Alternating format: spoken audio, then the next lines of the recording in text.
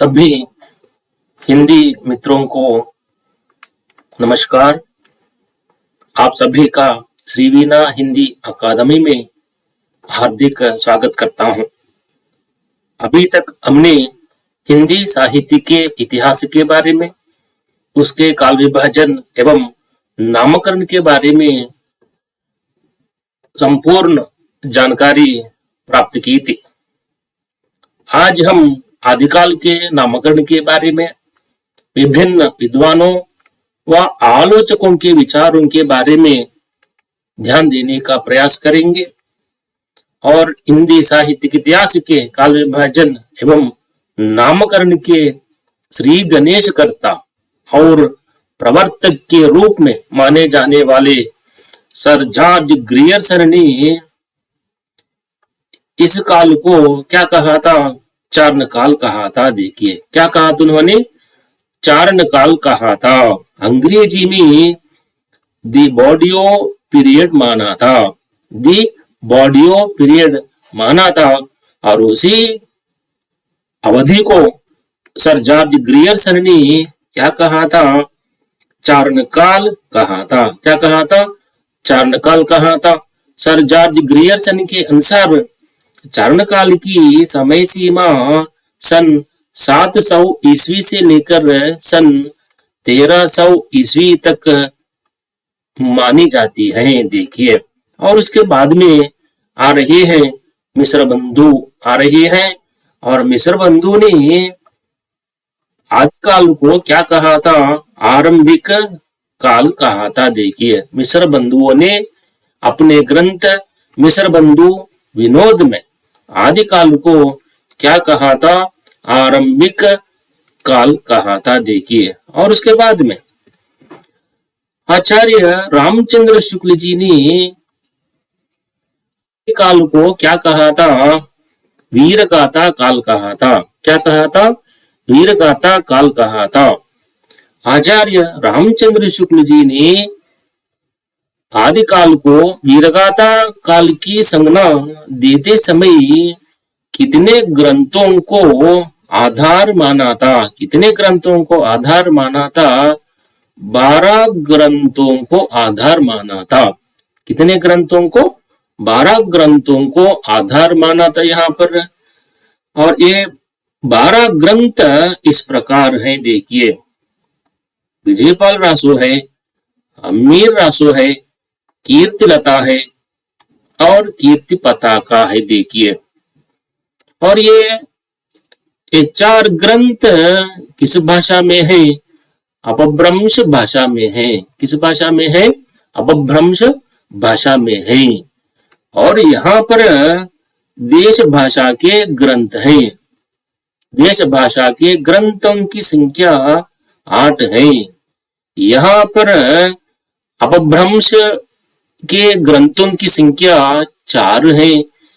कुल मिलाकर यहाँ पर 12 ग्रंथ हैं। देखिए, देश भाषा के ग्रंथ इस प्रकार हैं। देखिए, कुमार रासो, बीसलदेव रासो, पृथ्वीराज रासो, जयचंद्र प्रकाश, जय मयंक जयचंद्रिका, परमाल रासो। परमाल रासो क्या है? आल्हा का मूल रूप माना जाता है। और खुसरो की पहेलियां और मुकरियां हैं। विद्यापति की पदावली है। देखिए, ये 8 ग्रंथ देश भाषा के ग्रंथ माने जाते हैं। और देश भाषा को आचार्य शुक्ल जी ने क्या कहा था? यहाँ पर बोलचाल कहा था। बोलचाल की भाषा कहा था। देखिए, किसने कहा था? आचार्य रामचंद्र शुक्ल जी ने। देखिए, और यहाँ पर इन 12 ग्रंथों के बारे में अगर हम स्थूल रूप से देखते हैं तो क्या है यहाँ पर? इसमें क्या है? रासो शब्द हैं और रासो शब्द हैं। यहाँ पर क्या है?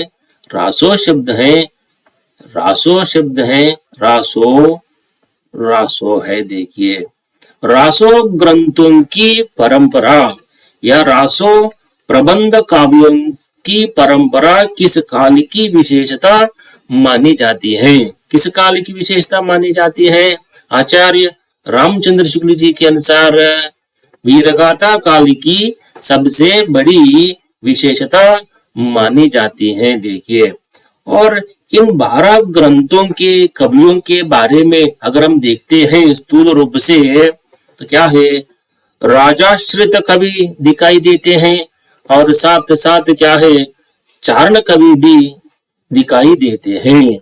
इन कवियों ने, राजाश्रित कवियों ने या चारण कवियों ने क्या किया था, अपने आश्रयदाता राजाओं के बारे में उनकी प्रशंसा करते हुए या उनकी स्तुति करते हुए क्या है, इन ग्रंथों की रचना की थी। देखिए, और इन काव्यों को हम क्या है, वीर चरितात्मक काव्यों के रूप में ले सकते हैं या पराक्रम पूर्ण रचनाएं भी मानी जाती हैं। देखिए, इन ग्रंथों को लक्ष्य करके विशेष रूप से क्या है, यहाँ पर आदिकालीन लक्षण निरूपण करने वाले ग्रंथों की संख्या यहाँ पर 12 है।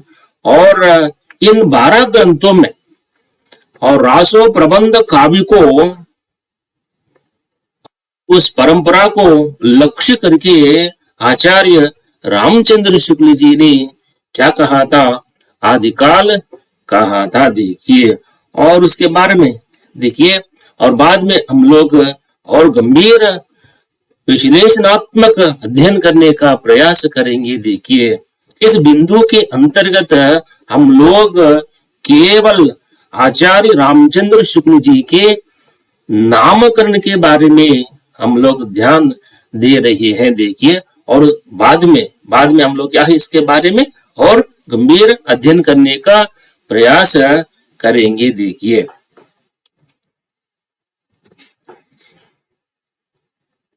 इन्हीं 12 पुस्तकों की दृष्टि से आदिकाल का लक्षण निरूपण और नामकरण हो सकता है। देखिए, ऐसा किन्होंने कहा था, यह पंक्ति किनकी पंक्ति है?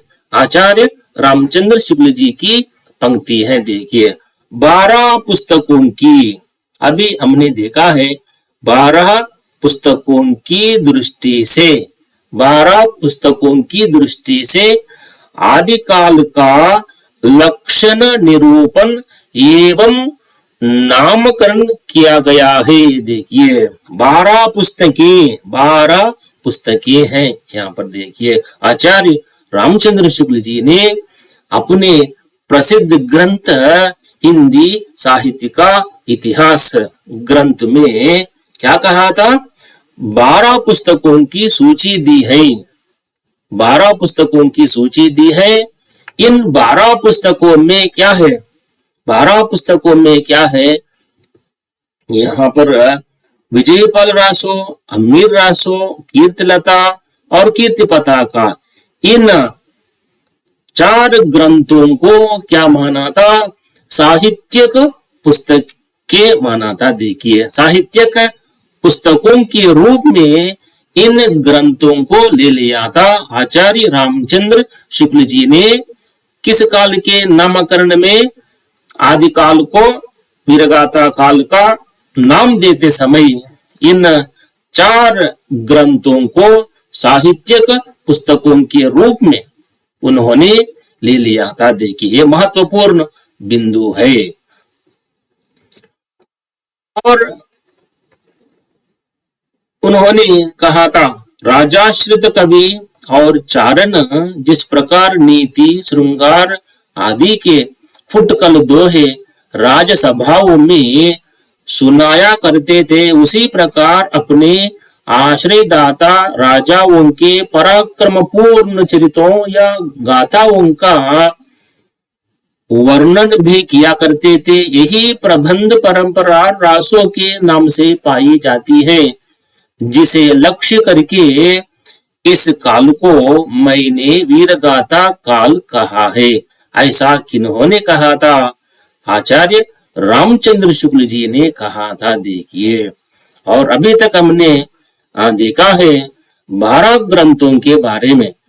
12 ग्रंथों में क्या है, यहाँ पर जो रासों के नाम से क्या है, जो प्रबंध काव्य परंपरा मिलती है, और इसी प्रबंध परंपरा को क्या है यहाँ पर उन्होंने रासो मानते हुए और साथ साथ क्या है इसे लक्ष्य करके आदिकाल को आचार्य रामचंद्र शुक्ल जी ने क्या कहा था, वीर गाथा काल कहा था। देखिए ये रासो प्रबंध काव्यों की परंपरा में क्या है यहाँ पर हम लोगों को क्या है पराक्रमपूर्ण चरित्र मिलते हैं या पराक्रमपूर्ण गाथाएं मिलती हैं। देखिए और इन 12 ग्रंथों के बारे में हम आगे आगे अध्ययन करने का प्रयास करेंगे और साथ साथ क्या है रासो शब्द के बारे में भी, रासो शब्द की उत्पत्ति व उत्पत्ति के बारे में भी हम लोग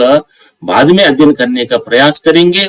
एक विद्वान ने कहा था रासो शब्द रस से, एक और विद्वान ने माना था रासो शब्द रसायन से, और एक और आलोचक ने माना था रासो शब्द राजसूय से, और एक और विद्वान ने माना था रासो शब्द क्या है रसिक शब्द से, और एक और विद्वान ने माना था रासो शब्द की उत्पत्ति रासक शब्द से हुई थी। ऐसा अपना अपना शोधपूर्ण मत व्यक्त किया था और इस बिंदु के बारे में हम लोग आगे आगे और गंभीर अध्ययन करने का प्रयास करेंगे। देखिए अगर हम यहाँ पर देखिए ये डॉक्टर राम कुमार वर्मा ने, देखिए डॉक्टर राम कुमार वर्मा ने आदिकाल को क्या कहा था, संधि काल एवं चारण काल कहा था। देखिए किसने कहा था, डॉक्टर राम कुमार वर्मा ने आदिकाल को संधि काल एवं चारण काल माना था। देखिए और उन्होंने भाषा की दृष्टि से इस काल का नामकरण किया था। किस काल का नामकरण किया था, यहाँ पर संधि काल का नामकरण किया था। और इस काल में अपभ्रंश भाषा अपनी अंतिम सीमा पर थी। देखिए किस काल में, संधि काल में। देखिए और उसके बाद में देखिए और धीरे धीरे हिंदी की बोलियां भी आरंभ हो रही थी इन कालों में। और क्या है वास्तव में अगर हम देखते हैं तो क्या है राम कुमार वर्मा ने क्या कहा था, चारण काल कहा था। इस काल में क्या है किसी एक चारण कवि या उनकी कृतियों का उल्लेख उन्होंने नहीं किया था, लेकिन कहा था यहाँ पर देखिए चारण काल कहा था। देखिए और कवियों के जाति विशेष पर नामकरण करने का प्रयास किया था और साहित्यिक प्रवृत्ति के आधार पर उन्होंने अपना नामकरण नहीं किया था। इसलिए विद्वानों ने क्या है डॉक्टर राम कुमार वर्मा के द्वारा जो नाम दिया गया है आदिकाल के बारे में, कौन सा नाम दिया गया है, संधिकाल एवं चारणकाल दिया गया है। और इसे क्या है विद्वानों ने स्वीकार नहीं किया है। देखिए और उसके बाद में वीरगाथा का युग है। देखिए वीरगाथा का युग है। डॉक्टर बाबू श्याम सुंदर दास ने अपने ग्रंथ हिंदी भाषा और साहित्य में क्या है डॉक्टर बाबू श्याम सुंदर दास ने आदिकाल को क्या कहा था, यहाँ पर वीरगाथा का युग कहा था। देखिए और उसके बाद में देखिए यहाँ पर आदिकाल है। आदिकाल को आदिकाल ही कहा था और किसने कहा था, डॉक्टर हजारी प्रसाद द्विवेदी जी ने कहा था। देखिए डॉक्टर हजारी प्रसाद द्विवेदी जी ने आदिकाल को क्या कहा था, आदिकाल ही कहा था। देखिए और उन्होंने आदिकालीन साहित्य को अंतर्विरोधों का साहित्य कहा था। देखिए क्या कहा था, अंतर्विरोधों का साहित्य कहा था। हमने इससे पहले ही हमने देखा है क्या है और इन्होंने क्या किया था, हिंदी साहित्य का आदिकाल है, देख ऐसा एक उन्होंने एक आलोचनात्मक ग्रंथ लिखा था और शोधपूर्ण दृष्टि से क्या है यहाँ पर हिंदी साहित्य का आदिकाल नामक ग्रंथ उन्होंने लिखा था। उस ग्रंथ में आदिकालीन साहित्य को अंतर्विरोधों का साहित्य कहा था। देखिए ऐसा कहने में कोई संदेह नहीं है। आदिकालीन राजनैतिक परिस्थितियों को दृष्टि में रखकर उन्होंने आदिकालीन साहित्य को अंतर्विरोधों का साहित्य कहा था और साथ साथ क्या है आदिकाल को अंतर्विरोधों का युग भी उन्होंने माना था। किन्होंने माना था? डॉक्टर हजारी प्रसाद द्विवेदी जी ने माना था। और साथ साथ डॉक्टर हजारी प्रसाद द्विवेदी जी ने अपने ग्रंथ में क्या है आदिकाल को अत्यधिक विरोधी व्याघातों का युग माना था। देखिए अत्यधिक विरोधी व्याघातों का युग भी माना था। किसने माना था? डॉक्टर हजारी प्रसाद द्विवेदी जी ने माना था। देखिए आदिकाल के बारे में, उसके नामकरण के बारे में क्या है अपना शोधपूर्ण मत व्यक्त करते हुए डॉक्टर हजारी प्रसाद द्विवेदी जी ने इस प्रकार कहा है, वस्तुतः हिंदी साहित्य का आदिकाल शब्द एक प्रकार की भ्रामक धारणा की सृष्टि करता है और श्रोता के चित्त में यह भाव पैदा करता है। यदि पाठक इस धारणा से सावधान रहे तो यह नाम बुरा नहीं है। ये किनकी पंक्तियां हैं? डॉक्टर हजारी प्रसाद द्विवेदी जी की पंक्तियां हैं, महत्वपूर्ण पंक्तियां हैं। देखिए और उसके बाद में देखिए बीज वपन काल है। देखिए बीज वपन काल है। आदिकाल को बीज वपन काल कहा था आचार्य महावीर प्रसाद द्विवेदी जी। यहाँ पर देखिए आचार्य महावीर प्रसाद द्विवेदी जी ने आदिकाल को क्या कहा था? बीज वपन काल कहा था। देखिए और इस काल के बारे में अपना मत व्यक्त करते हुए उन्होंने कहा है कि उस समय हिंदी का अंकुरण हो रहा था, लेकिन बीज वपन नाम से उस समय के हिंदी के प्रौढ़ होने का पता नहीं चलता है। साहित्य के प्रारंभिक रूप का पता चलता है। देखिए ये किनकी पंक्तियां हैं? आचार्य महावीर प्रसाद द्विवेदी जी की महत्वपूर्ण बिंदुओं के रूप में हम लोग ले सकते हैं। देखिए और उसके बाद में सिद्ध सामंत युग है। कौन सा युग है? सिद्ध सामंत युग है। आचार्य राहुल सांकृत्यायन, यहाँ पर देखिए आचार्य राहुल सांकृत्यायन ने आदिकाल को क्या कहा था? सिद्ध सामंत युग माना था। किस ग्रंथ में माना था उन्होंने? हिंदी काव्यधारा नामक ग्रंथ में क्या है महापंडित राहुल सांकृत्यायन ने आदिकाल को क्या कहा था? सिद्ध सामंत युग कहा था।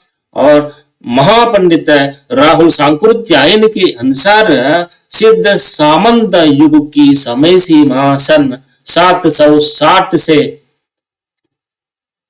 ईस्वी से लेकर क्या है सन 1300 ईस्वी तक है। हम शतियों में अगर हम लेते हैं 8वीं शती से लेकर क्या है 13वीं शती तक क्या है कौन सा काल है? सिद्ध सामंत काल है। देखिए और इस काल का नामकरण देखते ही क्या है यहाँ पर देखिए यह नाम दो वर्गों की ओर संकेत करता है। एक है यहाँ पर सिद्ध है और एक और वर्ग है यहाँ पर सामंत वर्ग है। ये सिद्ध कौन है? सिद्ध कौन है यहाँ पर देखिए और एक कवि माने जाते हैं और इनके बारे में क्या है हम लोग आगे आगे गंभीर अध्ययन करने का प्रयास करेंगे। और तो क्या है इस काल के साहित्य में दो प्रमुख प्रवृत्तियां दिखाई देती हैं।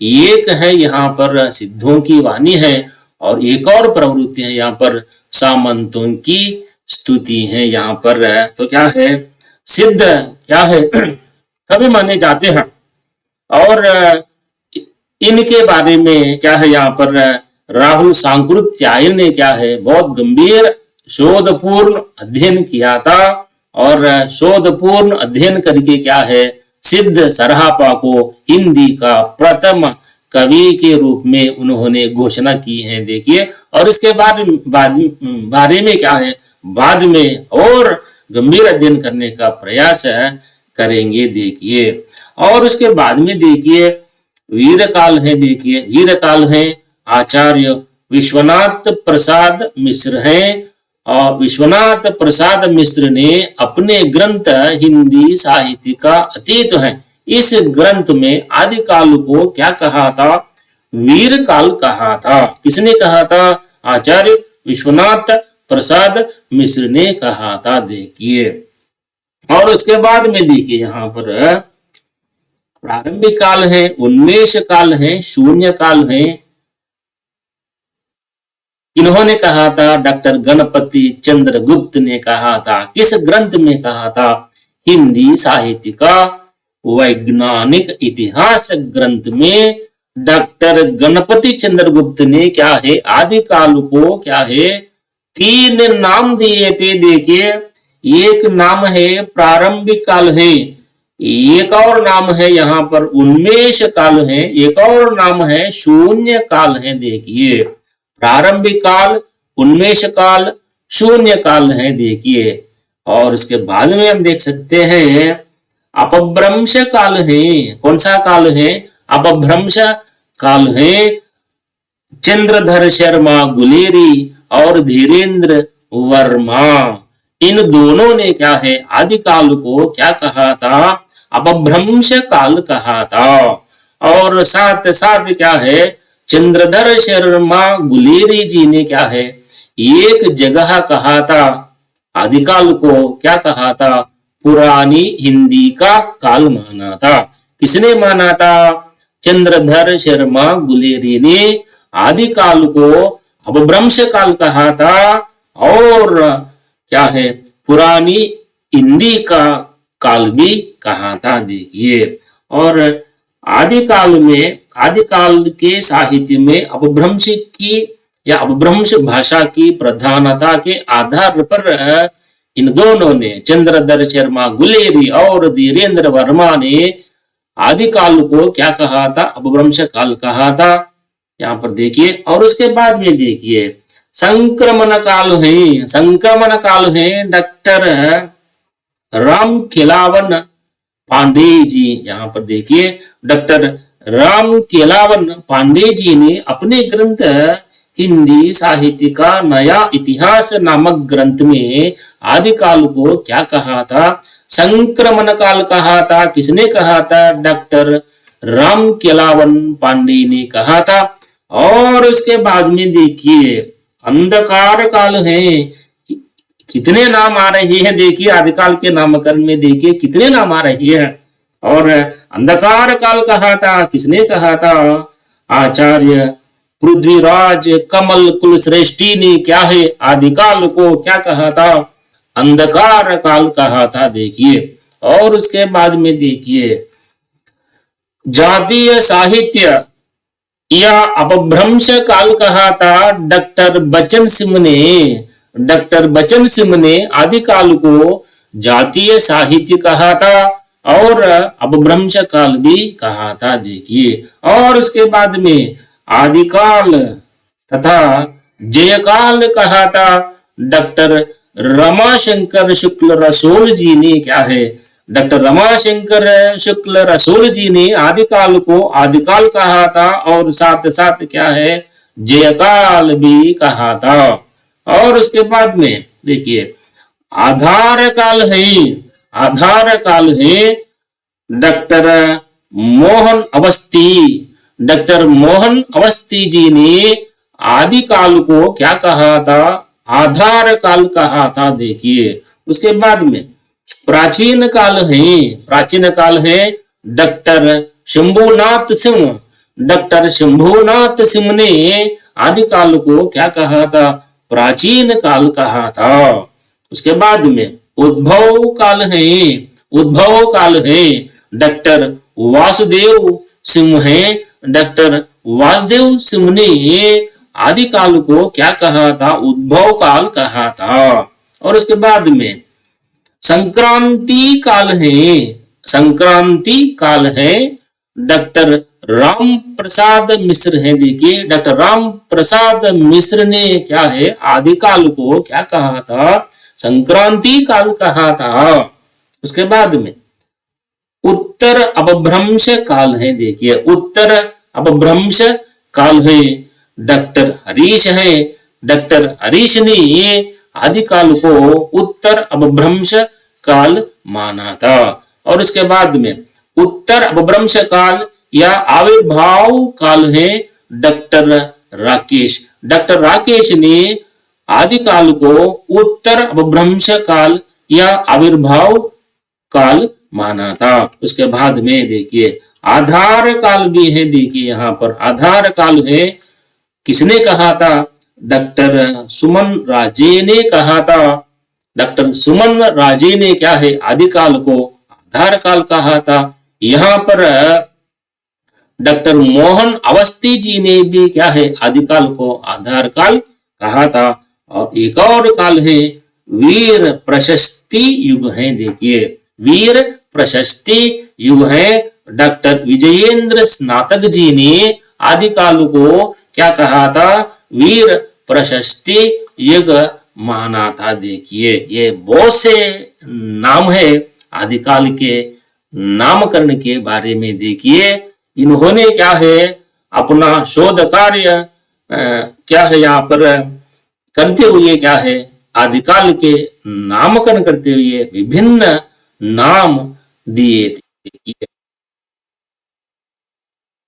हम कह सकते हैं, देखिए आदिकाल के ऊपर दिए गए अनेक नामों में से आदिकाल ही नाम सर्वाधिक मान्य रहा है। देखिए जिस पर तर्क संगत व्याख्या करते हुए डॉक्टर नगेंद्र ने अपने प्रसिद्ध ग्रंथ हिंदी साहित्य का इतिहास में कहा है, वास्तव में आदिकाल ही ऐसा नाम है जिसे किसी न किसी रूप में सभी इतिहासकारों ने स्वीकार किया है तथा जिससे हिंदी साहित्य के इतिहास की भाषा, भाव, विचारना, शिल्प, भेद आदि से संबंधित सभी गुत्थियां सुलझ जाती हैं। ऐसा किन्होंने कहा था? डॉक्टर नगेंद्र ने कहा था। देखिए अंत में हम कह सकते हैं आदिकाल ही, यहाँ पर देखिए आदिकाल ही सर्वाधिक मान्य रहा है। देखिए इसमें कोई संदेह नहीं है। यहाँ पर देखिए भाषा की दृष्टि से, भाव की दृष्टि से, विचारना की दृष्टि, शिल्प, वेद आदि की दृष्टि से तो क्या है? यहाँ पर आदिकाल ही अत्यधिक क्या है? यहाँ पर क्या है? या सर्वाधिक मान्य प्राप्ति की है। किस काल ने? आदिकाल ने। इसमें कोई संदेह नहीं है। यहाँ पर देखिए हम लोग आगामी वीडियो में क्या है? यहाँ पर आदिकालीन साहित्य के अंतर्गत तो क्या है? विभिन्न अंशों पर ध्यान देने का प्रयास करेंगे। सिद्ध साहित्य के बारे में, नाथ साहित्य के बारे में और जैन साहित्य के बारे में हम लोग गंभीर अध्ययन करने का प्रयास करेंगे। देखिए और आप लोग इस वीडियो को क्या है? संपूर्ण रूप से देखने का प्रयास कीजिए। वीडियो को देखने के बाद क्या है? सब्सक्राइब कर लेने का प्रयास कीजिए। धन्यवाद। जय हिंद, जय हिंदी है।